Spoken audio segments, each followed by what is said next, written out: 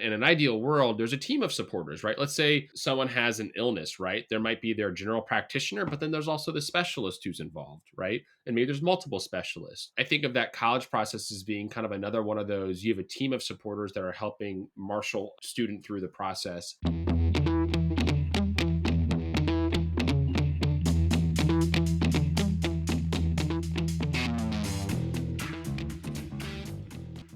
Hey, everybody. Welcome to Don't Force It, the podcast where we learn about how to get into college without losing yourself. Today on the podcast, I get to talk to Blair Munhofen, who is the director of the upper school at the Miami Valley School in Ohio. And Blair actually worked with us at Signet as a private college consultant for a number of years. So I've known Blair for a very long time, and we've continued to stay in touch as he's taken on more and more responsibility at his school. And today I invited him to chat with us about the role of a high school college counselor versus the role of a private college counselor. How to tell if you really need one, what are the differences between the two, and what are the important things to remember while working with either one of these professionals.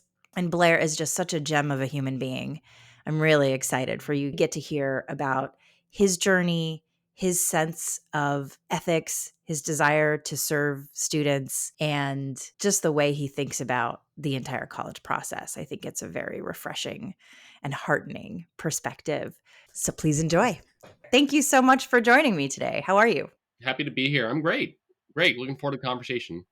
Yeah, it's great to see you. It's been a few years, and I'm hoping we could start with a little bit of background on your story. So, where did you go to college? How'd you choose it? And what did your career path look like up to now?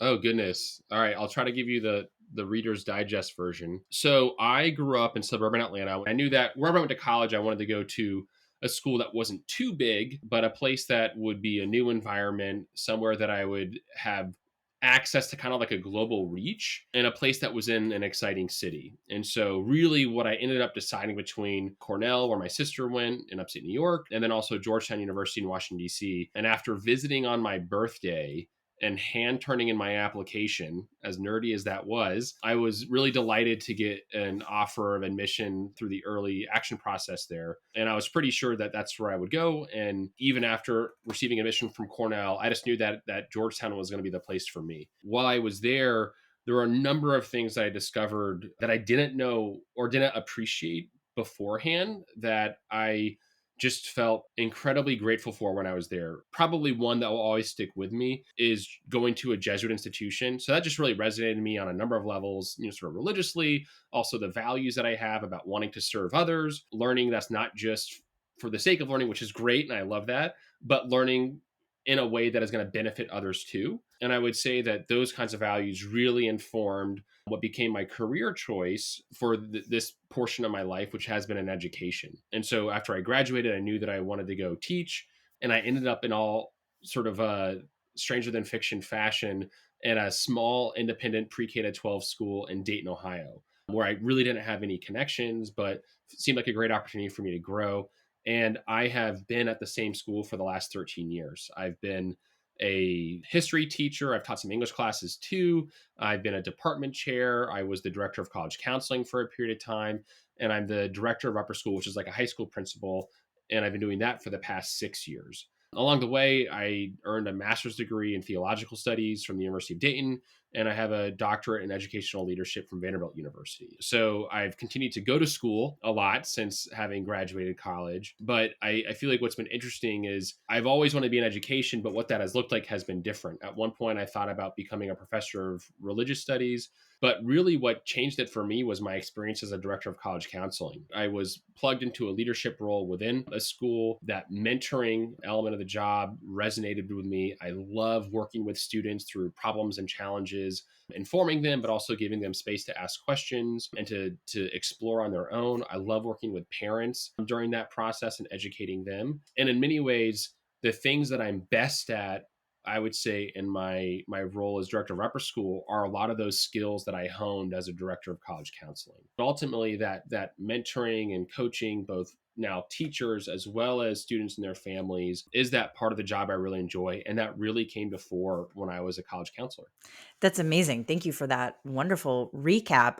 I'm wondering if you could say a little bit more about what your responsibilities were as the director of college counseling. Now, you're in a smaller private institution, so it's probably different at larger public schools. And it sounds like the college counselor role was separate from a sort of guidance counselor role. Can you talk about the difference of between those two things? Yeah, they are so different. And I'll speak to my experience as a student, let's say a high achieving student at a pretty well resourced suburban public school. I did know that, like, gosh, if I really want to go to a highly selective institution, I'm going to have to like get my ducks in a row early on. And so I remember scheduling an appointment with the guidance counselor or the school counselor when I was a freshman, and she was really confused. Like, hey, we really shouldn't be chatting right now. Like, you just go do your work, kind of thing. And some of that, I don't think it was. I'm certainly paraphrasing. She was very kind, but ultimately, that was, I think, indicative of NACAC did a study about 4 or 5 years ago and determined that the average caseload of a public school counselor is about somewhere between 400 to 500 students. So if you can imagine one person who's supporting 400 to 500 students, I mean, that's an enormous amount. And in large part, not only are they supporting those students, but the ways that they're doing it are oftentimes through course scheduling, supporting that student as they're working with potentially school psychologists on individualized educational plans, reminding them about graduation requirements. And then also, as you get closer to junior and senior year, meeting with them on, maybe there's one meeting a semester, over junior year and senior year. But for many of my friends who were also, smart and dedicated students, they may have only met with the school counselor once or twice before they graduated. So I would contrast that pretty significantly with my experience working as a college counselor in an independent school, where my job was really focused specifically on helping students through the college admissions process. So, from identifying the types of schools they may be interested in based upon some personality assessments or an interest inventory, we would create long surveys to gather information that would help us curate a list with the students and their families. We would have individual meetings with students. By sophomore year, there'd be presentations to ninth and 10th grade families. And then junior and senior year, we would actually do a college counseling class that would meet once a week, where we would talk about and discuss just the admissions process. We would do a mock admissions committee and act like there's institutional priorities. How would you decide based upon these students that are similar in some ways but different in others based upon your institution's priorities? And that process was very educational and then also individualized in the sense that as a counselor, I really knew these students well. I knew their families well because I'd met with all of them. We'd had multiple conversations even before the first application essay was even started. My counselor actually changed from my junior to senior year. And so that was something that caused a little bit of anxiety and worry. But I certainly was not having the kind of extended conversations with that counselor that I was having with mine in my independent school. When it came to the application process, as a counselor at an independent school, and this isn't as common as it used to be, but I would call colleges to advocate for my students. That isn't as common now, in large part because of the equity of who's able to make those calls. But I do know that a very consistent practice in independent schools, especially, is that individualized school recommendation letter. Which, working at a pre-K to 12 school, I remember one of the letters I wrote for a student who was admitted to Northwestern was an award that he won when he was in fifth grade.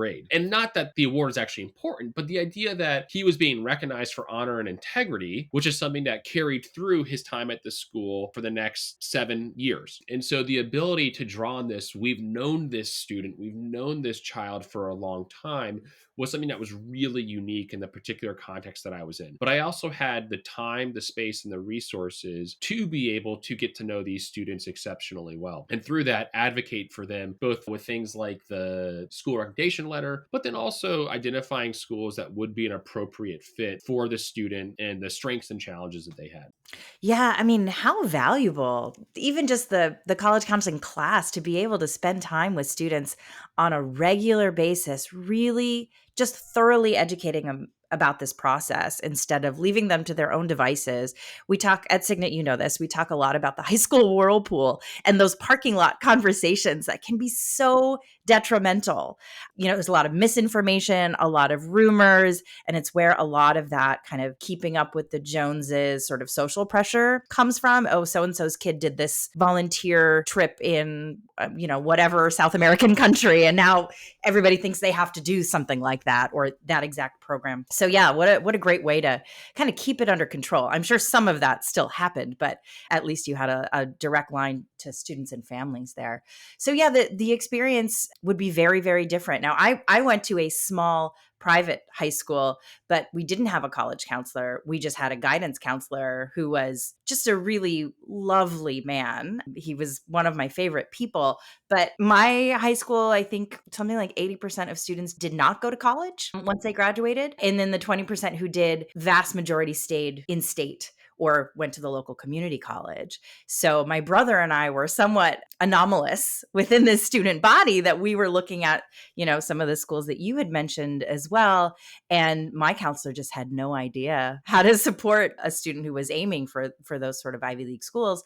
And so I was left to my own devices, and my parents did not grow up in this country. So they were really just going off of rumors and going off of, what they thought would help us be successful. And, the constant drumbeat that they had was academic excellence over and over again. And thankfully that is one of the most important things in the process. So, I came out okay and I made it. Can I mention two things? Yeah, the first one is I would say because parents are a huge part of this process. And I think that's even more so the case now given the expense of college, right? I mean, this is an incredibly expensive endeavor for a family to take. I mean, it's like buying a house that you never get to live in. And I think because of that, I think about my parents. So my mom, never went to college. That was never an opportunity for her. My dad, went to a boarding school. So college was sort of like, this is what's going to happen. I think for him, he had pretty wide latitude of where to choose because the cost of college in the late 60s was not what it is today, right? Like you could actually have a part-time job and you could afford paying a good proportion of tuition. That is just not possible today at the vast majority of institutions. So I think on some level, one thing that's just really interesting for today is that parents are really involved part of the process, and they should be because they're potentially footing a bill that is incredibly expensive. That brings up, I think, two important realities. One is, and Sheila, are your parents from the United States or did they grow up elsewhere? Yeah, they grew up in Bangladesh, came here in the 70s. So, and my experience with working with families, international families, is that there's also some fundamental differences of what the purpose of college is and what it should look like. One of the students that I was working with years ago, his father was German, and the idea that you would live in a dormitory and that you would have sort of these elective courses to kind of maybe figure things out, or that you came in as undeclared, were really foreign, and frankly in his mind, not these don't really make sense. You should know what you're going to study. You should know what you're going to do. And why can't you just live at home while you do it to save money? Whereas for me, very steeped in an American educational environment, I'm in this, well, you go to college and part of the experience is living with different people and having to interact with people who are different from you and have different beliefs. And that kind of helps build your own sense of self and understanding of the world around you. And it's not that he disagreed with those, but there were fundamentally different experiences that may have led to those different outcomes. For him, it might be, well, you figure that out when you get older. Whereas here it's like, well, college is sort of an incubating time for the development of a human. So I think it's good to keep in mind that whenever you're working with a student on the process, be thinking about what kind of values parents are bringing to it as well. The other thing that I think is kind of interesting too is, let's say your parents, both the parents of a child who are applying to a college, or whoever the guardians may be, are all from America and all went to college. Well, the college process even 10, 15 years ago is entirely different in many respects to what it is today. So the example I always think of being in Ohio is, I want to say the overall admissions rate for Case Western 10 years ago was probably somewhere around 60 to 70%. And I want to say this year it might be dipping under 15%. And if it was just regular decision, it's probably under 10. And some of that is the front loading with binding early decisions type application processes. Some of that is as your most highly selective schools become ever so selective, that next tier of other pretty still highly selective schools are becoming even more selective. That whether the family you're working with has an international background or a domestic background, there's so much education that's involved because this is just a different landscape than it was previously, and it's certainly a different landscape than what you'd find in a lot of international contexts. 100%. Yeah, I think that's really important to keep in mind, and time changes a lot of things, and I think COVID also changed a lot of things because with the lack of testing requirements at many schools in those first few years of COVID, we saw the application numbers just increase exponentially at a lot of these schools, and some schools have taken the opportunity to make themselves more selective and reject students who otherwise, maybe 3 years ago would have been a huge catch for them. A totally other conversation. One of the things I wanted to talk to you about as someone who was a college counselor in a school and who also worked with Signet as a private college counselor, I'm curious if you can talk about sort of the differences in perspective and the differences in priorities and the balance you would try to strike in either of those roles if they were any different. Yeah, it's a good question. I would say that even in as much as the rate ratio between student and counselor is a third of the size, if not even smaller than what you have with that 450-ish to 1 for public schools. I might meet with a student once a month, through the college process, and then maybe sort of irregular meetings, but more frequently as we're sort of working on essays, that kind of thing. As like a counselor with Signet, I might meet with a student once a week or once every 2 weeks. So I think on some level, a sort of easy data point is that you simply are able to just meet with students more frequently, right?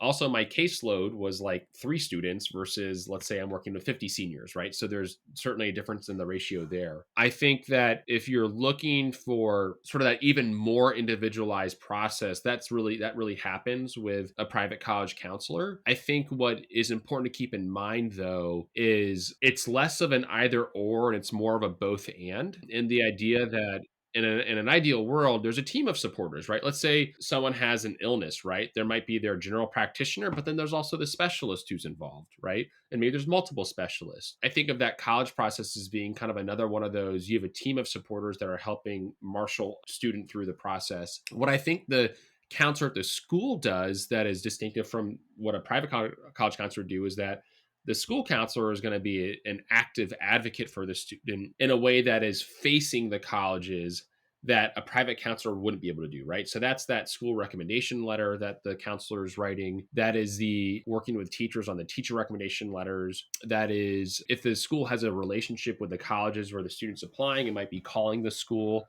to maybe add extra oomph to the application, or as decisions are rendered, let's say there's like a deferral or something, is there that counselor might be able to call the school and say, help me understand what your applicant pool was like, in a way that a private counselor might not. So I think, one that they both do, they're both going to provide essay help, right? They're both going to help work with a student on developing lists.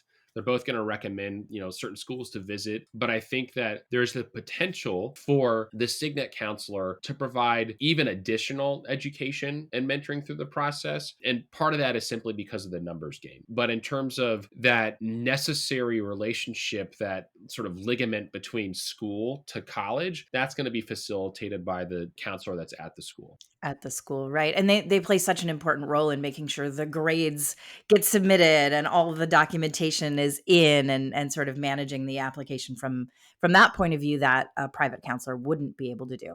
And certainly at Signet, we'll be the first to say not everybody needs a private counselor. Not everyone should have a private counselor. There are some kids who can do this by themselves. There are the uber motivated students who like their independence around certain things, and their high school counselor is probably going to be more than enough support than they need. Other students who may need extra support could lean on an involved parent, a relative who recently went through the process, or some family friend who has some exposure to this process, or some experience with it. Are there particular situations where you have ever recommended to a student of yours that they should get a private counselor, or situations where you think a private counselor would be more helpful to have as a member of the team than not? That's a really good question. There have been a couple instances, and usually that's when I notice early on in a process, there are a lot of questions. And it's the kind of thing where I almost look at it more as like almost mental health support, if that makes sense, where there's like a need for there to be, I guess the best way to put it is just additional support, where in my role as a counselor, I can certainly answer a lot of questions and be responsive, but there are times that I've experienced where it's, this student and this family, I think needs someone that's sort of like kind of on speed dial, essentially. And some of that I think is it might be the first time going through the experience. It might be that we had talked earlier, the sort of parking lot conversation has stirred up some anxiety. And that could have been that a family could have said, the counselor here, like it could have been something that was maybe not flattering of me. And it's like, well, if there's not the trust there, well, I'm sorry that's the case, but I know someone that I trust that I'd encourage you to go talk to.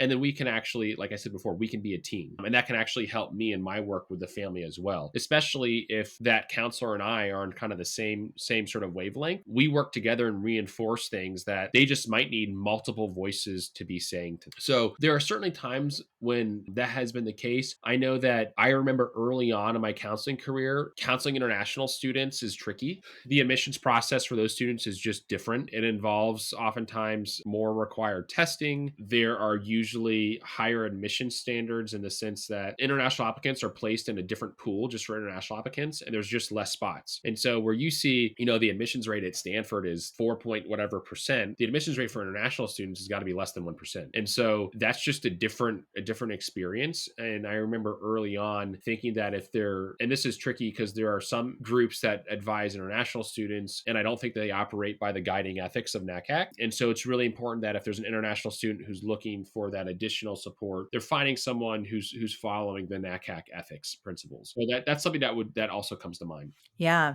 The other place that I've seen it be very helpful is when students, maybe there's some anxiety in the mix too, but when students have a lot of trouble staying accountable to deadlines, when it's maybe their executive function challenges or another kind of learning difference, or it's just a student who's really, really busy and needs some sort of regular rhythm to stay on top of complex project like applying to college. That's where a private counselor can really be helpful because there's more face time. There's more of an ability to say, we're going to do this in really small chunks, and I'm going to check on you every week to make sure that this little piece is done and that little piece is done, so that they don't feel like they have to do it all at once, because we know that's not how you put together quality applications. But when I think about what you just mentioned, I don't think in any IEP that I've ever read, there's no reference to how that impacts the college admissions process. And it just makes me wonder, for students who need additional support, how is that going to be provided? Especially if they're getting support in the classroom, why wouldn't that extend to the college application process, which I think, as you and I would both attest, like, college has had a pretty fundamental impact on my life, right? Where I went and who I interacted with and what I studied and the experiences I had has really shaped who I am. And if I needed specific supports in the classroom, I probably would need those on the college process too. Absolutely. It points out one of these weird gaps, I think, in our education system that shows up around the college process, and I think around standardized testing as well. We know that those are two essential things that students in high school are going to go through for the most part. Some can avoid testing, thankfully, in order to get to the next step of their educational process in college. But those are not often integrated into what they actually have to do in school. Usually, a school is going to lean on a private testing preparation company to come in and give a presentation to the school around, here's what the SAT is, and here's what the ACT is, and here's how you choose, and this is what preparation looks like, because there often aren't in-house resources to do that. And no one wants to build that sort of specialty. And it feels anti-education to be teaching to a standardized test, but yet all the kids have to go through it anyway. And then the same thing with the college process. I mean, it sounds like your school is really amazing in that there is a college counseling class. But for the vast majority of schools, it's just something that kind of floats on top of your education. And there may be some required meetings with a counselor, but it's really kind of up to the students to kind of advocate for themselves and get more attention and support around the college process. So I think you're right. I think that's a big gap, certainly in the IEP process. I've never seen specifications around this is the kind of extra support this student should get during the application process. And then there's the whole question of like, how do you present or not present a learning challenge in your college application? Some people want to talk about it because they learned about it at some point in high school and their grades changed once they figured out how to accommodate this challenge. And some students don't want to talk about it because they're worried that a college is going to say, well, we don't really want you if this is a challenge of yours that we have to support you around. Again, another conversation. Maybe we'll have to have you back to talk about. There's one last question I would really love to hear your input on. I hear from a lot of parents whose kids go to private schools that they want a private counselor because they don't believe the college counselor at their school is only thinking about the best interest of their kid. They really perceive that these private counselors are managing the school's own priorities in terms of we want the best acceptances to the best schools for marketing purposes and for our school's reputation. And in that way, the school may throw their weight behind one student or another, depending on who they think might have the best chance. So a lot of these parents are coming to us or other companies to find a private counselor who will only have their students' best interests in mind. What do you say about that?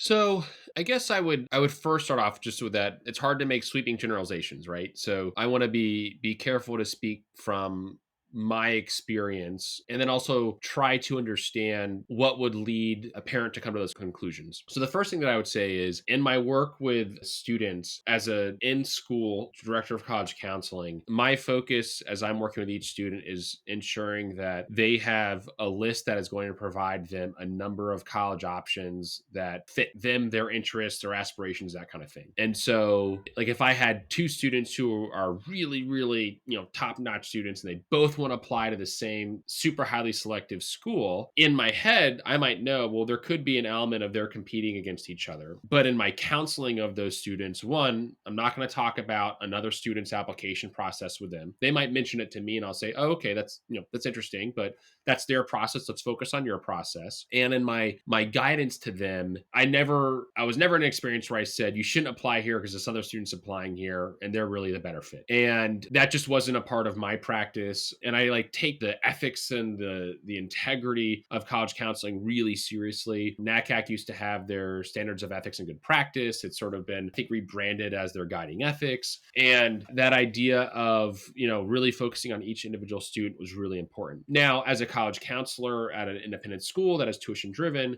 I was also conscious of it's nice to have highly selective admits because it is something that we are going to share with prospective families as one of the value adds of the school. Did that mean that I told students like, hey, everyone just apply to every Ivy League school and we're going to hit some of them? Like, absolutely not. Never was going to happen.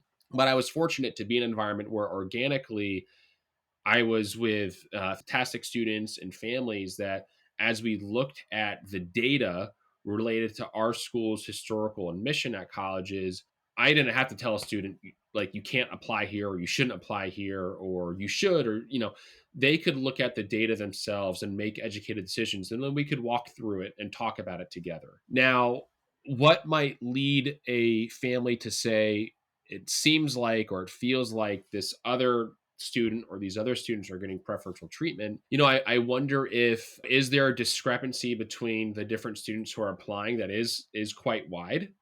Is there something the counselor knows about the institutional priorities of a school, that hey, they are looking for more. The kind of funny example that counselors will sometimes use is that they need a new sousaphone player, right? Like that's what they've said. They said it on a phone call. They talked about it when they visited here during their admissions visit to the school. And look, we've got two sousaphone players that are the best shot, right? Is there some kind of information that they know of that is informing their recommendations to students that they just haven't communicated to the families? And you can hear even in my tone of this is sort of like that presumption of goodwill that there is a reason that is informing the counseling that they're engaged in. And if there's ever a question, and I would always encourage families to do this, if there's ever a question you're not sure about something or something it feels weird, the last thing I'd ever want a parent to do is to let that fester and just ask the question or just have the conversation with the college counselor. I tend to believe that the counselors in independent schools are going to be some of the best in the business. And part of that is because we talked about those numbers before, that they have the ability to get to know students. And we still have caseloads, right? We still have sort of the proverbial a lot on our plates, right? And if you're not hearing something and you feel like there isn't the communication, then certainly reach out. But I do know, like, certainly there is an awareness of the list of schools, but that's coupled with the integrity of trusting that the process will bear out the way it's supposed to, and then also that smart kids get into really cool schools. Yeah. Yeah. And I think, if we also keep in mind where you go to college is not who you'll be and doesn't define your success. And certainly it can have a huge influential impact on the trajectory of your life. But I would wager that if you had gone to another institution that maybe shared the same values as Georgetown, but wasn't Georgetown itself, you probably would have had a similar path. I know in thinking about my own educational path, I probably would have ended up doing the same things and having the same amount of success had I not gone to Harvard, had I gone to maybe even a school that was a better fit for me and my particular values. So I think smart, engaged students can have a great experience at a lot of different colleges, and it's not all hinging on, which Ivy do you go to or which hyper selective school do you go to. I 100% agree with that, because I think the skills that lead to a really enriched high school experience are the same skills that lead to an enriched college experience. And I would extend that to, like, lead to an enriched adult experience, right? Like, when you graduate college, there is not like a student activities club fair to go to. Like, you you have to go search for, those nonprofits or those volunteer opportunities or the kickball league or the ultimate frisbee club. You have to kind of go out of your way to find those things. And high school is training ground for college, and college is really great training ground for real life. So if you're a high school student who enjoys talking to your teachers, that's going to serve you well when you go to college, and you want to talk to your professors who are end up going to be the people who write your references when you apply for jobs or apply to graduate school. So I think that there's something to be said too about college doesn't become this, like, I don't know, it's not like some special key that's going to unlock doors that would otherwise always be closed. It certainly can open up, different schools open up different kinds of doors, but so much of it are the skills, the dispositions that carry you through all of those experiences that are kind of like the one constant. But the names will change along the way. Yeah, that's a fantastic point, and I think a great place to end. So thank you for joining me. This is a really great conversation. It's always wonderful to talk with you. Thanks for listening, everybody. I had such a great time listening to Blair and felt like he was articulating so many of the things that I wish more students could hear from trusted adults in their lives. So if you've listened to this, please share these nuggets of wisdom and these perspectives with the young people in your life, because they are hugely important, not just to them moving forward in their lives, but to their mental health. So thanks for joining us, and tune in next time.